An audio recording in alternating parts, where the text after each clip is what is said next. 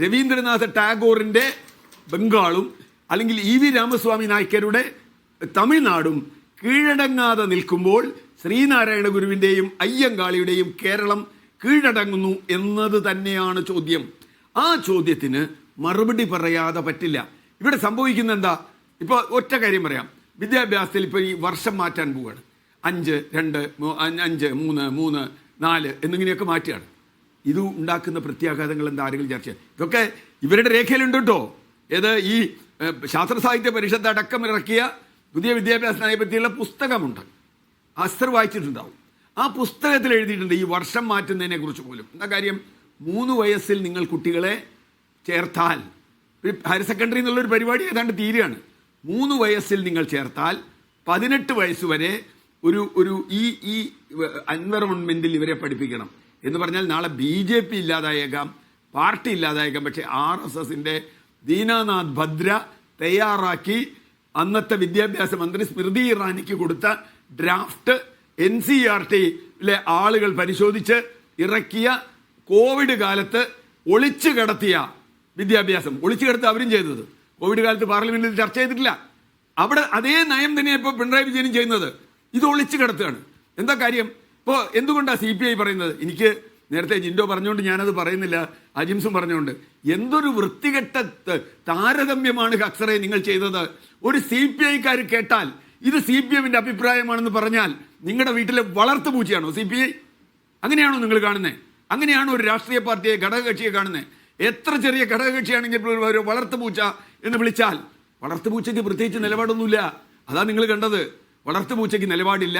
ആ വീട്ടിൽ എന്ത് വയ്ക്കണം, എന്ത് വിളമ്പണം എന്നൊന്നും വളർത്തുപൂച്ചയ്ക്ക് താല്പര്യമില്ല. ആര് വരണം എന്നില്ല, ആര് വന്നാലില്ല, അവരെന്ത് കരാറുണ്ടാക്കിയാലും വളർത്തുപൂച്ചയ്ക്ക് പങ്കില്ല. പക്ഷേ അങ്ങനെയല്ല സഖാബ് ഹക്സറെ, അങ്ങനെയല്ല അഡ്വക്കേറ്റ് ഹക്സറെ. CPI എന്ന് പറയുന്നത് CPMനേക്കാൾ പാരമ്പര്യമുള്ള ഒരു രാഷ്ട്രീയ പാർട്ടിയാണ്. ആ രാഷ്ട്രീയ പാർട്ടി വലുതാവാൻ ചെറുതാ. അപ്പോൾ നോക്കൂ, ഇവിടെ നിങ്ങൾ വലുതാണ്.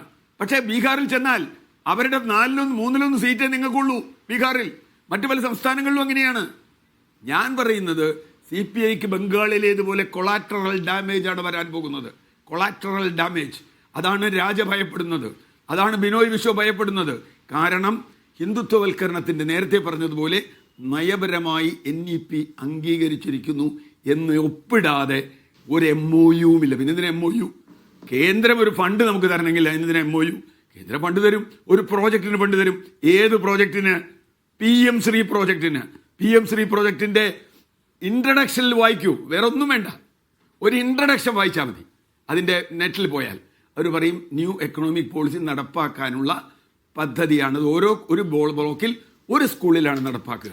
അങ്ങനെ വന്നാൽ അത് വരാൻ ഇപ്പോഴുള്ള കുട്ടികളെ മാത്രം, ഇപ്പോഴുള്ള ആളുകളെയല്ല, വരാനിരിക്കുന്നത്. എന്നിട്ടോ അതിൽ വരിക ജ്യോതിഷം, വാസ്തുശില്പം, വാസ്തുകല, വാസ്തുശാസ്ത്രം, മറ്റേ വേദം, മറ്റേ മന്ത്രവാദം. JNUവിൽ വരെ മന്ത്രവാദം പഠിപ്പിക്കുന്ന ആളുകളാണ്. ജ്യോതിഷവും മന്ത്രവാദവും JNUവിൽ. നമ്മളൊക്കെ JNU അഭിമാനത്തോടെ ചിന്തിച്ചിട്ടുള്ള സ്ഥലം. അവിടെ പോലും മന്ത്രവാദം പഠിപ്പിക്കുക. എനിക്കറിയാം, എൻ്റെ മകൾ JNUവിൽ PhD നിർത്തിപ്പോയി, അവൾ വിദേശത്ത് പോയി. കാരണം എന്താ വെച്ചാൽ അവിടെ പഠിക്കാൻ പറ്റില്ല. അത്രയ്ക്കുള്ള മോശമായൊരു അന്തരീക്ഷം. അക്സറിന് പറയാൻ നമുക്കൊക്കെ അറിയാം. ആ അന്തരീക്ഷം കേരളത്തിലും കൊണ്ടുവരും. അത് ഭയം, അത് പറഞ്ഞ ഭയം കൊണ്ടാണ്. അല്ലാതെ വെറുതെ ഒരു MOU പോലും ഒപ്പിട്ടതല്ല. വിടണ്ട എന്ന് തീരുമാനിച്ച് 3 കൊല്ലം പിടിച്ചു നിന്ന ഒരു മുന്നണി, ആ മുന്നണിയുടെ ഒപ്പിടുമ്പോൾ നേരത്തെ പറഞ്ഞില്ലേ, പാർട്ടി സെക്രട്ടറി, ജനറൽ സെക്രട്ടറി മാത്രമല്ല, പാർട്ടി സെക്രട്ടറി പറഞ്ഞു എനിക്കറിയില്ല എന്താ ഒപ്പിട്ടതെന്ന്. മറ്റേ LDFന്റെ കൺവീനർ പറഞ്ഞു എനിക്കതൊന്നും അറിയില്ല എന്താ ഒപ്പിട്ടതെന്ന്. അതറിയാവുന്നത് മുഖ്യമന്ത്രിയാണ് സ്ഥലത്തില്ല. അദ്ദേഹം മന്ത്രിസഭയിലൊന്നും പറഞ്ഞില്ല, പിന്നീടൊന്നും പറഞ്ഞിട്ടില്ല. അദ്ദേഹം വന്നിട്ട് ഇനി എന്തെങ്കിലും പറയുമോ എന്നറിയില്ല. പറഞ്ഞിട്ട് ഇനി ഒരു കാര്യവുമില്ല. ഞാൻ